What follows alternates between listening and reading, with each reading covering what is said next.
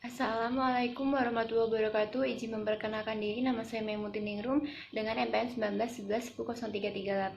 Di sini saya dari kelompok 2 ingin menjelaskan tentang lembar observasi keterampilan proses sains pada materi tempat hidup makhluk hidup.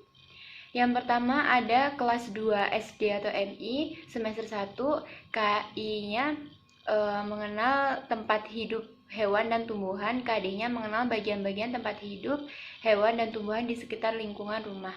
Yang pertama ada tahapan KPS observasi. Yang kedua ada indikator tahapan KPS-nya mengetahui jenis-jenis tempat tinggal hewan dan tumbuhan. Yang ketiga ada indikator pengamatan mampu menjelaskan jenis-jenis tempat tinggal hewan dan tumbuhan. Aspek pengamatannya siswa mampu menjelaskan secara lisan jenis-jenis tempat tinggal hewan dan tumbuhan. Selanjutnya yang kedua ada menyebutkan ciri-ciri setiap tempat hewan dan tumbuhan. Indikator pengamatannya mampu menyebutkan ciri-ciri tempat hewan dan tumbuhan. Yang kedua ada membuat bagian ciri-ciri tempat tinggal hewan dan tumbuhan. Selanjutnya aspek pengamatannya adalah siswa mampu menyebutkan ciri-ciri tempat hidup hewan dan tumbuhan sesuai golongannya. Yang kedua ada siswa mampu membuat bagian klasifikasi tempat hidup hewan dan tumbuhan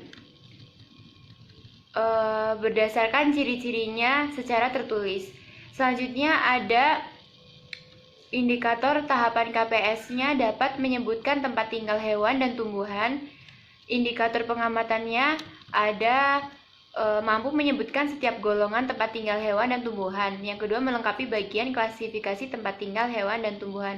Aspek pengamatannya ada siswa mampu menyebutkan secara lisan setiap golongan tempat tinggal hewan dan tumbuhan. Selanjutnya ada siswa mampu melengkapi bagian klasifikasi tempat hidup makhluk hidup secara tertulis. Selanjutnya ada indikator tahapan KPS-nya membuat gambaran tentang tempat hidup hewan dan tumbuhan.